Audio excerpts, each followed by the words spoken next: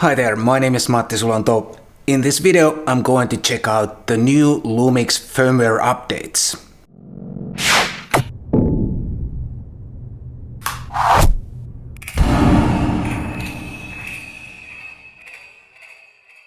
Earlier this week, on July the 9th, 2019, Panasonic released a bunch of new firmware updates, both for their Micro Four Thirds cameras like this G9 and for their full-frame S-series cameras like the S1R, this one. The Micro Four Thirds updates were mostly adding a compatibility with the brand new awesome 10 to 25mm f1.7 zoom lens.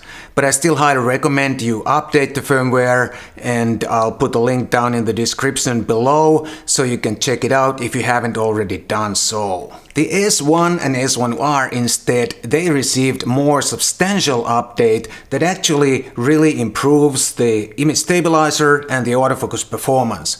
The S1 also received some video-related improvements, but since I don't have the S1, I can't really comment on that one other than what I read, and it also looks very awesome, the video part of the update. First of all, I think it's pretty awesome that camera manufacturers, pretty much all manufacturers, offer us these firmware updates that really make our cameras perform better for free most of the time.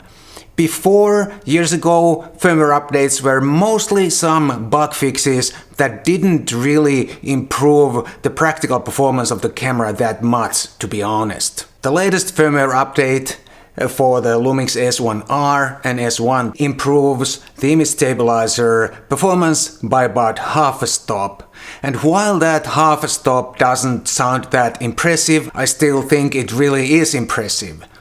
The IBIS performance goes up from 5.5 stops to 6 stops, and the dual IS performance goes up from 6 stops to 6.5 stops. And I think it's impressive because now we have the same numbers as the best Micro Four Thirds cameras have. And the big sensor inside the S1 and S1R is a lot more difficult to move around than the small sensor inside the G9, for example. Not so long ago, 47 megapixels was a medium format territory, and those cameras didn't have any kind of image stabilizer, let alone fast and reliable autofocus. You had to be really careful with those cameras in order to capture all the detail that was possible. But today, with a camera like the S1R, it's almost ridiculously easy to capture all the 47 megapixels worth of detail. Of course, you can't be sloppy, but you don't have to have any special skills or special equipment. You can do it handheld and even use rather long exposure times to achieve the maximum image quality. I mean, I have shot handheld up to 1 second exposures on this camera and had perfect results. And that extra half a stop of stabilizer performance that I now get with the latest firmware update is certainly going to improve my everyday photography. It's gonna give me some more flexibility and tolerance when I'm out there making my pictures. But like I said at the beginning, we also get improved autofocus performance and some added autofocus functions. We get something called autofocus near shift and far shift.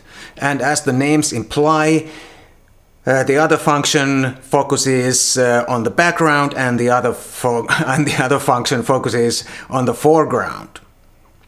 And let me explain how it works. If you're shooting something that has a lot of objects in the foreground of the image area, but you want the camera to focus on what's in the background, previously you pretty much needed to or had to select one single autofocus point and move it over the area where you wanted the camera to focus on. But if you select the far shift autofocus function that came with the new firmware update, you can use the 225 area autofocus and the camera will focus on what's in the background regardless of the objects in the foreground of the image area. And the near shift does the opposite. The camera will focus on what's in the foreground of the image.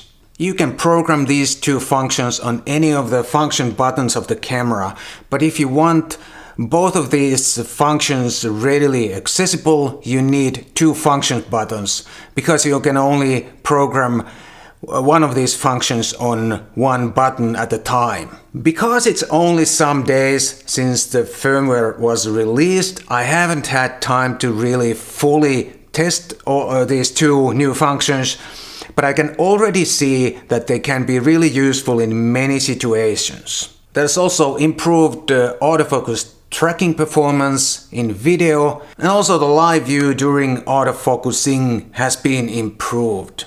So that's it this time. Thanks so much for watching. If you like this video, if you like the content in this channel, please give thumbs up, like and subscribe.